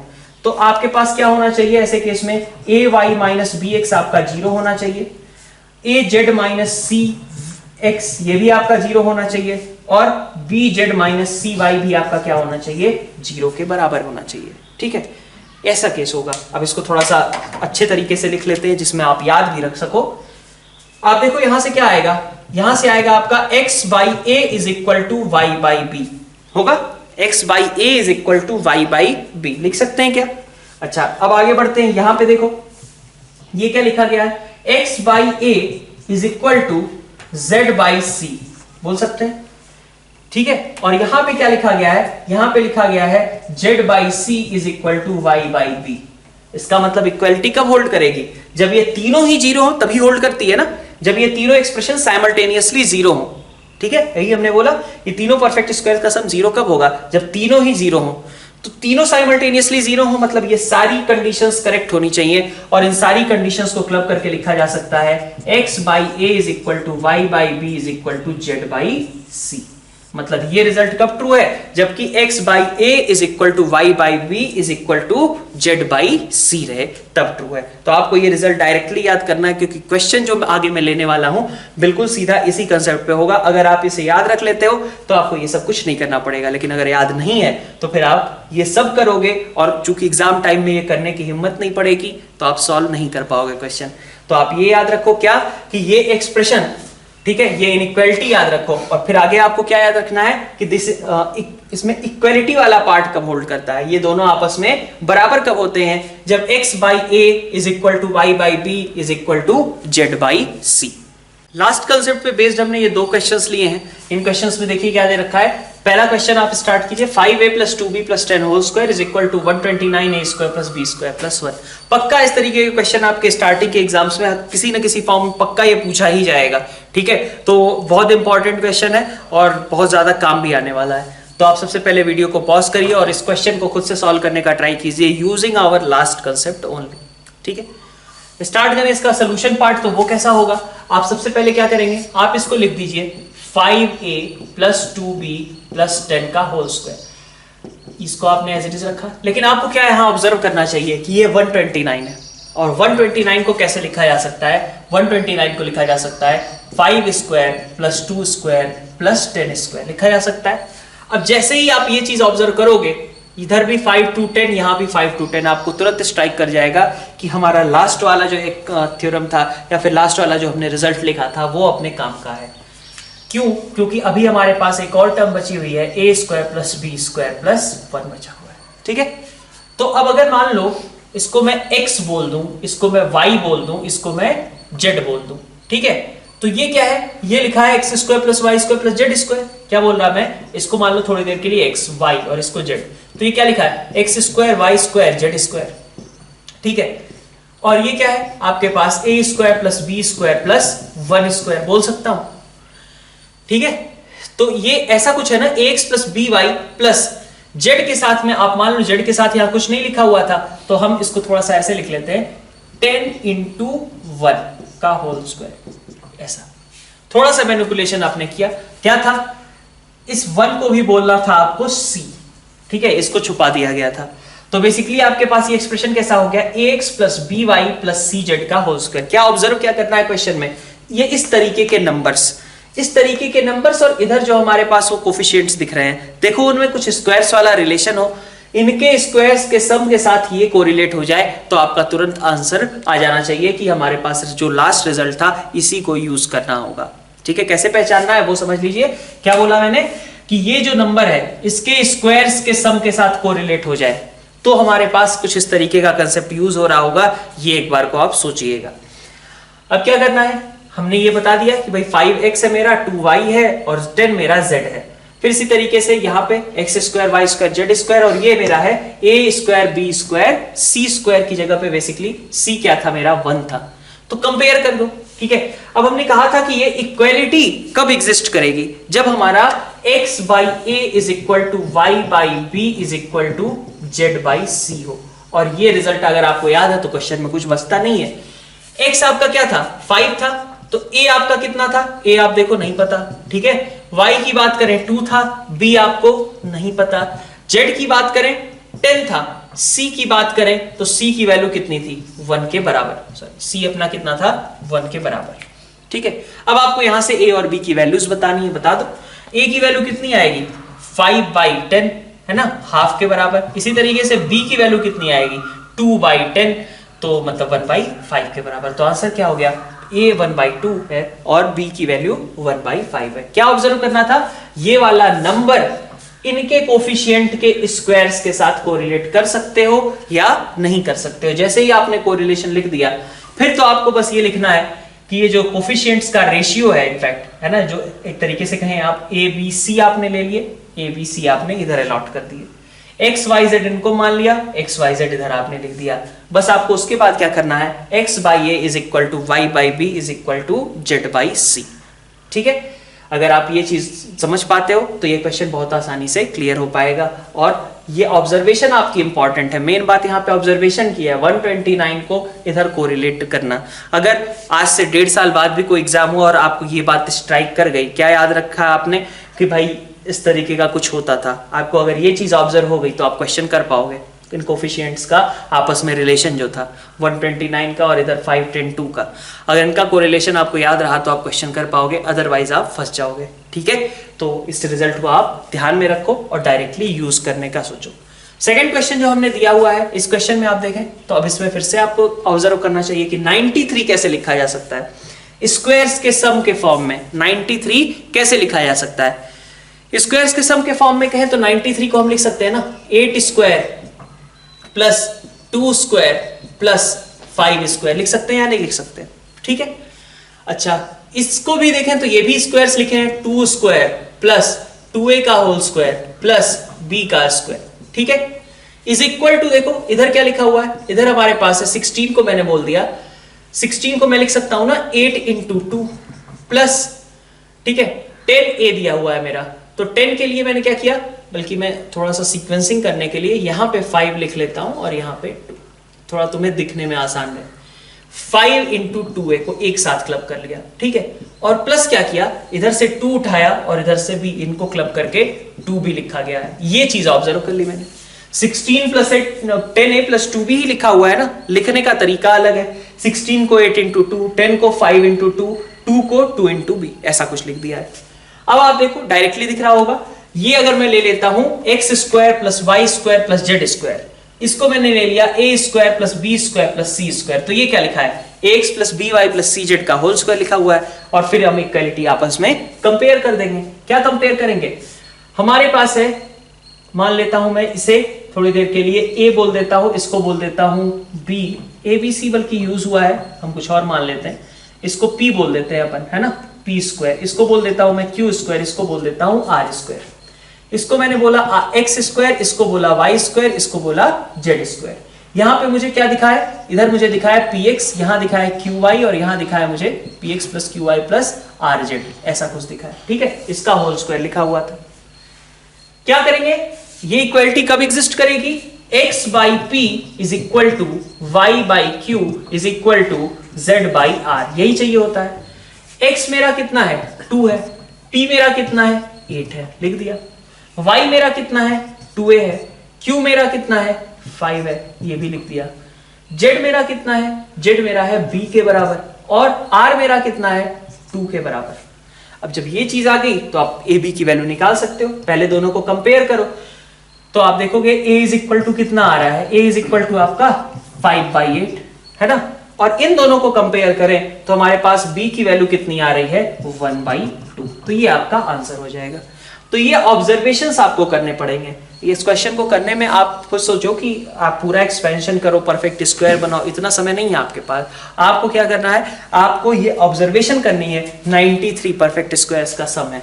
इसी तरीके से मतलब कोफिशिएंट से ही आइडिया लगेगा। ये देखो जैसे यहाँ पे 16 है, ठीक है, यहाँ 4 है, 4a स्क्वायर बी स्क्वायर, तो इन कोफिशिएंट्स को देख करके आपको ये ऑब्जर्व करना है कि आपके पास कौन सा फॉर्मूला यूज हो रहा है, इस वाले रिजल्ट को हम यूज कर पाएंगे या नहीं कर पाएंगे। तो कभी भी स्क्वायर से रिलेटेड अगर क्वेश्चन हो, मैं बता रहा हूं, अगर स्क्वायर से रिलेटेड इस तरीके का क्वेश्चन है, सिंगल इक्वेशन दी हुई है और 2 वेरिएबल्स उसमें हैं, ठीक है, तो एक बार को ये वाला रिजल्ट एक बार को ध्यान रखना कि कोफिशिएंट्स के स्क्वायर का सम कहीं कोरिलेट तो नहीं हो रहा। अगर कोरिलेट हो रहा है तो आपको इसी मेथड से सॉल्व करना होगा। नेक्स्ट हम स्टार्ट करने वाले हैं अपना topic ratio and proportion. Of course बहुत बार पढ़ा है इस टॉपिक को, है ना तुमने, रेशियो एंड प्रोपोर्शन वगैरह, तो ठीक है। अब बस हम उसमें कुछ खास नहीं, थोड़े बहुत चेंजेस करके कुछ रिजल्ट्स और थोड़ा नया सोचने का तरीका एक बस वो डेवलप करना चाह रहे हैं, ठीक है। तो रेशियो एंड प्रोपोर्शन के बारे में मैं यही कहूंगा कि सबसे पहले तो आप एक चीज का ध्यान रखिए कि ये वैसे हमने लॉग में एक जगह पे यूज भी किया था एक क्वेश्चन में, वहां पे मैंने बोला भी था, फिर से मैं बोल रहा हूं कि अगर आपके पास बहुत सारी चीजें इस तरीके की लिखी हुई हैं, मान लो a by B is equal to c by D is equal to e by F is equal to, है ना, कुछ भी इस तरीके से मान लो 10 टर्म्स लिख दी हैं बार बार, ठीक है। अगर इस तरीके का कुछ दिया हुआ है तो इस तरीके के क्वेश्चंस में हमेशा बेनिफिशियल रहता है कि आप इन सब को k के बराबर मान लो, ठीक है। a is by B is equal to c by D is equal to e by F is equal to k मान लो। जैसे ही आप के मानोगे वैसे ही आधा क्वेश्चन ऐसे ही सॉल्व हो जाएगा। क्यों? क्योंकि अब आपको रिलेट कर लोगे, ए को बोल दोगे आप कि ये के बी के बराबर है, सी को बोल दोगे आप के डी के बराबर है, और ई को बोल दोगे आप के एफ के बराबर है, ठीक है। तो ये सबसे पहले इंपॉर्टेंट चीज जो आपको नई सीखने को मिलेगी या यूज करने को मिलेगी वो यही है कि रेशियोज अगर इस तरीके से बहुत सारे इक्वल इक्वल इक्वल दे रखे हो तो इज इक्वल टू के मान लेना चाहिए। जैसे कि आप इक्वल टू के मानेंगे आपका आधा क्वेश्चन आपका सही डायरेक्शन में अपने आप प्रोसीड हो जाएगा, ठीक है। तो अब हम बात करते हैं कि इससे रिजल्ट्स क्या क्या बनाने वाले हैं, ठीक है। हम इस मान लिया हमने ये 3 टर्म्स थे हमारे पास, a by B is equal to C by D is equal to E by F, और इसको मैंने के मान लिया। तो इसके बेसिस पे मैं क्या क्या बोल सकता हूं उसकी बात कर लेते हैं, ठीक है। इसके बेसिस पे मैं ये बोल सकता हूं कि a by B is equal to C by D, ये k जो है दिया नहीं है, इसको हमें एज्यूम करना पड़ेगा, ठीक है, is equal to E by F, ठीक है। अब इसको मैं कैसा भी ऑपरेशन कर दूं, मान लो a plus C plus E upon B plus D plus F, ये बराबर ही रहेगा, ठीक है। और क्या कर दूं, मान लो a प्लस सी माइनस ई कर दूं और नीचे लगा दूं मैं उसी सीक्वेंस में b plus D minus F, तब भी ये दोनों आपस में बराबर ही रहेंगे। फिर ऐसे ही अगर मान लो मैं इतना चेंजेस कर दूं कि 2a लगा दिया मैंने, प्लस मैंने 4c लगा दिया, माइनस मैंने 3e लगा दिया, और सेम मैंने नीचे भी किया कि 2b लगा दिया, 4d लगा दिया, 3f लगा दिया, तो भी ये बराबर ही रहेंगे। ये सब अभी बराबर ही बराबर चल रहा है, कोई डिफरेंस नहीं है, ठीक है। कैसे इसको तुम कैसे रियलाइज करोगे कि भाई ये जो लिखा जा रहा है ये कैसे प्रूव होगा, या फिर ये कैसे ये बात सही है, तो वही तरीका है कि आप मान लीजिए आपने जैसे ही इस एक्सप्रेशन को k के बराबर माना, अब आप देखिए एक एक को मैं देखता हूं। लास्ट वाले टर्म को ही उठा लेते हैं। लास्ट वाले टर्म में मैंने क्या किया है, मैंने लास्ट वाले टर्म में लिखा है 2a plus 4c minus 3e upon 2b plus 4d minus 3a। मुझे चेक करना है कि क्या ये भी k के बराबर है, क्योंकि मैंने लिख तो दिया कि अगर ये सब k है तो ये भी क्या होगा, k के बराबर ही होगा। लेकिन क्या ये सही है या नहीं सही है, बस ये चीज देखनी थी। तो कैसे करेंगे, आप a को क्या बोलने वाले हो, मैंने क्या बोला, a को kb बोल दो, c को क्या बोल दो kd, e को क्या बोल दो kf। तो 2 इंटू ए की जगह kb हो जाएगा, 4 इंटू kd हो जाएगा और 3 इंटू kf हो जाएगा। ये बात ठीक है। नीचे हमारे पास क्या है, 2b plus 4d minus 3f। देखो आ रहा है कि नहीं आ रहा है, k के बराबर ही आ रहा है ना, कोई डिफरेंस नहीं आया। ठीक है, तो ये एक्सप्रेशन क्या है, ये सभी आपस में बराबर है। अगर इसका हम जनरल एक्सप्रेशन लिखना चाहें तो हम ऐसा लिख सकते हैं कि अगर आप इस तरीके से आपके पास है, मान लो a by B is equal to C by D is equal to E by F, तो आप क्या लिख सकते हो, P1 into A plus minus P2 into C plus minus P3 into E कर दो, कोई दिक्कत नहीं है। ध्यान रहे बस वही प्लस माइनस नीचे भी हो, जैसा प्लस माइनस हमने ऊपर लगाया है वैसा ही प्लस माइनस हमारे पास डिनोमिनेटर में भी आए। ठीक है, और P1 अगर है तो यहां भी P1 आ जाए, B है ना। फिर इसी तरीके से P2 into D plus minus P3 into F. ठीक है, जो ऑपरेशन हमने न्यूमरेटर में किया है अगर वही ऑपरेशन हम सीधा सीधा डिनोमिनेटर में भी कर दें और ऐसे क्लब कर दें तो फिर कोई रिजल्ट में डिफरेंस नहीं है, चाहे हम ऐसे लिखें या फिर ऐसे लिखें, दोनों ही रिजल्ट्स हमारे हमेशा कैसे आएंगे, बराबर आएंगे। और भी रिजल्ट्स की बात करते हैं हम। जैसे मान लीजिए आपके पास a by B is equal to C by D is equal to E by F लिखा हुआ था। ठीक है, इसको आपने क्या किया, इससे आपने क्या लिखना शुरू किया कि भाई मेरा a square plus C square plus E square, और डिवीजन में मैंने लगा दिया b square plus D square plus F square. ठीक है, अब इसमें क्या आएगा, अब आप थोड़ी देर तक खुद से सोचो कि इसका रिजल्ट क्या आने वाला है, क्या ये दोनों बराबर हैं या फिर कोई अदर कोरिलेशन है। तो आप देखोगे a की जगह आप रखने वाले थे, k भी रखने वाले थे, तो ऊपर क्या बनेगा, k स्क्वायर बी स्क्वायर। जो हमने ये वाले में किया है वही काम आप नीचे करके देखो क्या बन रहा है, k स्क्वायर बी स्क्वायर, ये k स्क्वायर डी स्क्वायर, ये k स्क्वायर एफ स्क्वायर। तो ये ओवरऑल एक्सप्रेशन क्या हो गया, ये इतना एक्सप्रेशन आपका किसके बराबर हो गया है, k स्क्वायर के बराबर हो गया। कैसे किया आपने, a को आपने रख दिया kb, c को रख दिया आपने kd और e को रख दिया kf। आधा आपका सही डायरेक्शन में क्वेश्चन वैसे ही चला गया। ये वैल्यू कितनी आई आपकी, k स्क्वायर के बराबर आई। हमें तो क्या ले आना था, लेकिन k ले आना था, तो क्या करेंगे हम इसके ऊपर 1/2 वाली पावर लगा देंगे। ठीक है, क्या ये हमने क्या किया, 1/2 वाली पावर लगा दी। कोई दिक्कत इसमें, ये आपको समझ में आया पहले कि ये k था और ये भी कितना है, k के बराबर ही है। अब क्या किया था हमने इसमें, हमने सभी को जैसा ऑपरेशन हमने यहां पे किया न्यूमरेटर में वैसा ही ऑपरेशन हमने डिनोमिनेटर में कर दिया था। अच्छा, अब और कुछ करते हैं, अपन इसको ऐसा कर लेते हैं, थोड़ा सा और चेंजेस। आप जरूरी नहीं है कि सब में प्लस ही करें, जैसे आप यहाँ पे प्लस माइनस लगा रहे थे तो क्या ध्यान रख रहे थे कि डिनोमिनेटर में भी हमारा उसी तरीके का ऑपरेशन हो। सेम वही चीज यहाँ पे भी ध्यान रखो, a square plus C square minus E square, नीचे आपने लगा दिया b square plus D square minus F square. ये भी कितना होगा, k स्क्वायर के बराबर होगा, और इसलिए हमें 1/2 वाली चीज फिर से ऐड करनी पड़ेगी। ठीक है क्या, फिर आगे बढ़ते हैं, और भी इसमें और भी चेंजेस कर लेते हैं। अब कोफिशिएंट्स के साथ कुछ चेंजेस कर लेते हैं। आप मान लो इसको लिख लो p1 स्क्वायर a स्क्वायर, ठीक है, plus minus p2 square c square plus minus p3 square e square divided by, नीचे लगा दो आप p1 स्क्वायर b स्क्वायर। अब जैसा ऑपरेशन आपने न्यूमरेटर में किया है, न्यूमरेटर में आपने माइनस लगाया है तो नीचे भी माइनस लगाइए, प्लस लगाया है तो प्लस ही लगाइए।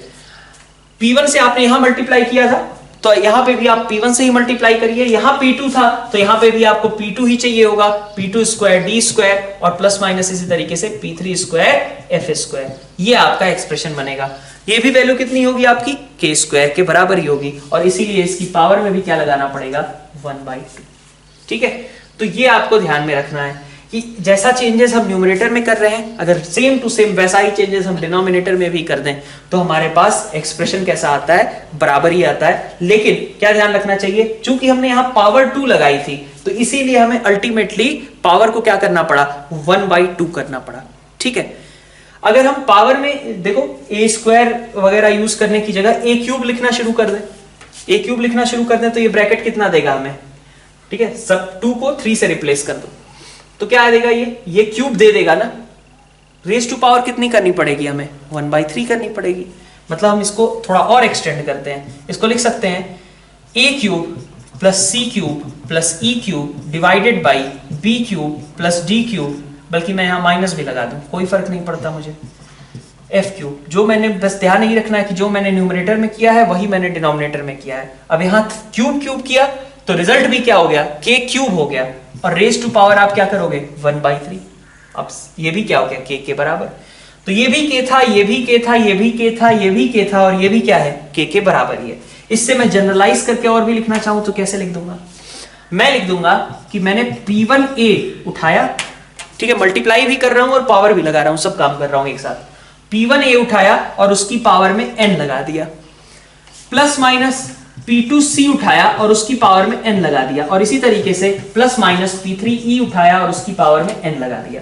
ठीक है, नीचे सेम ऑपरेशन करना पड़ेगा, P1B उठाऊंगा raise to power n, plus minus P2B उठाऊंगा raise to power n, plus minus P3F उठाऊंगा रेज टू पावर n। इससे रिजल्ट कितना आएगा मेरा, n पावर कर रहे हो ना तो ये तो k की पावर n हो गया, और k की पावर n हो गया तो ऊपर में 1/n लगा दो और रिजल्ट कितना आ जाएगा, के बराबर आ जाएगा। अगर किसी को कोई भी दिक्कत है तो आप यहां से वेरीफाई कर लो, एक ही जगह। आपको ये याद नहीं रखने हैं, आपको बस क्या याद रखना है कि जिस तरीके का ऑपरेशन हम न्यूमरेटर में कर रहे हैं अगर उसी तरीके के ऑपरेशन हम डिनोमिनेटर में करके क्लब कर दें तो एक्सप्रेशन पे कोई फर्क नहीं पड़ता है। जब पावर रेज होती है तो जितनी पावर रेज हुई है वो सब में रेज होनी चाहिए, जैसे 3 पावर रेज हुई तो सब में रेज हुई।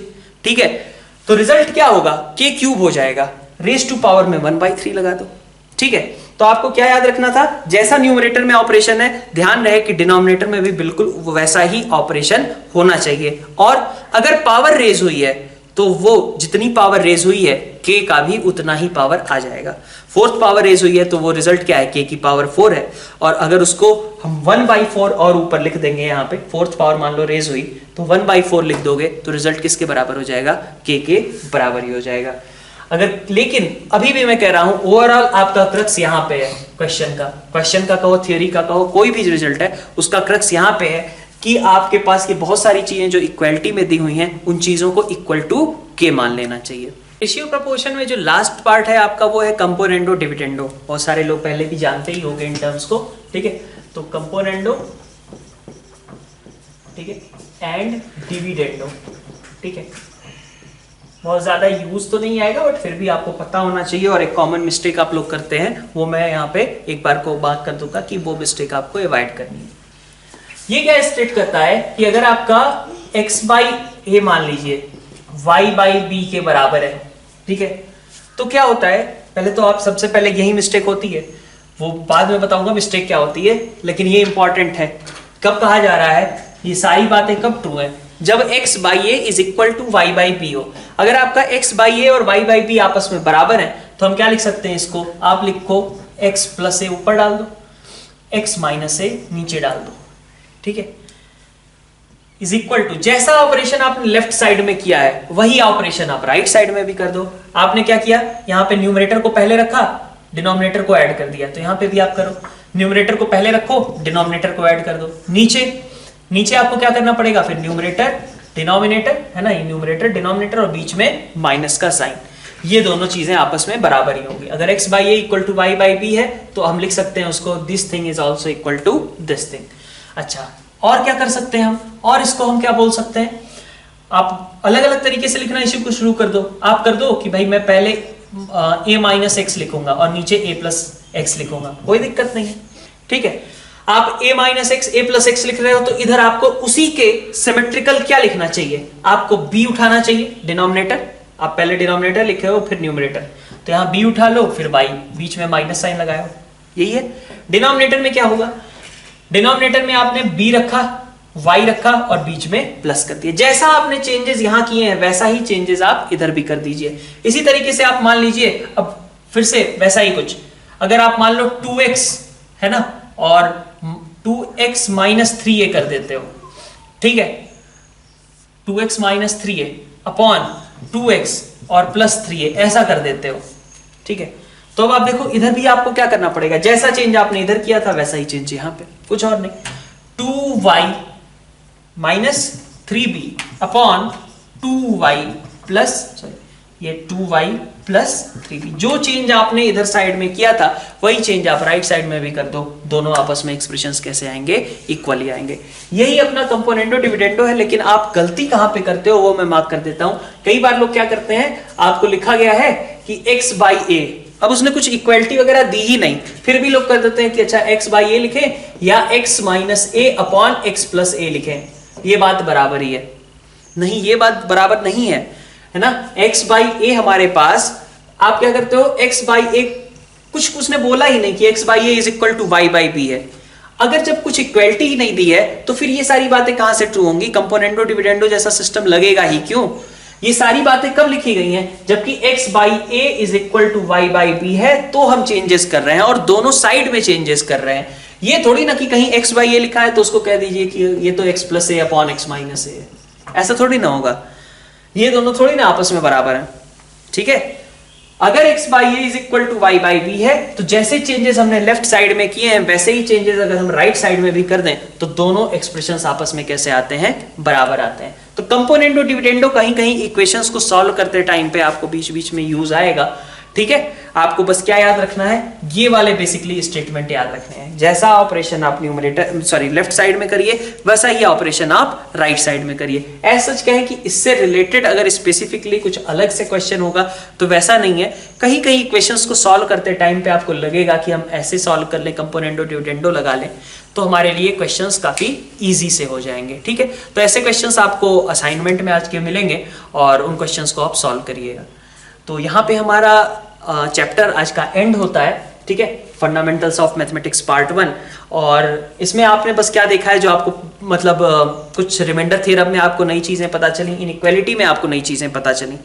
और अगर कहें उसके बाद के जो टॉपिक्स थे, लॉग है ना, लॉग में ऑफ कोर्स लॉग इनइक्वालिटी वगैरह, लॉग इनइक्वालिटी में कई लोगों को दिक्कत होगी, वो लोग वापस से एक बार को लेक्चर को रिवाइज कर लें और क्वेश्चंस उससे रिलेटेड जो दिए गए हैं उन सारे क्वेश्चंस को आप खत्म कर लीजिएगा।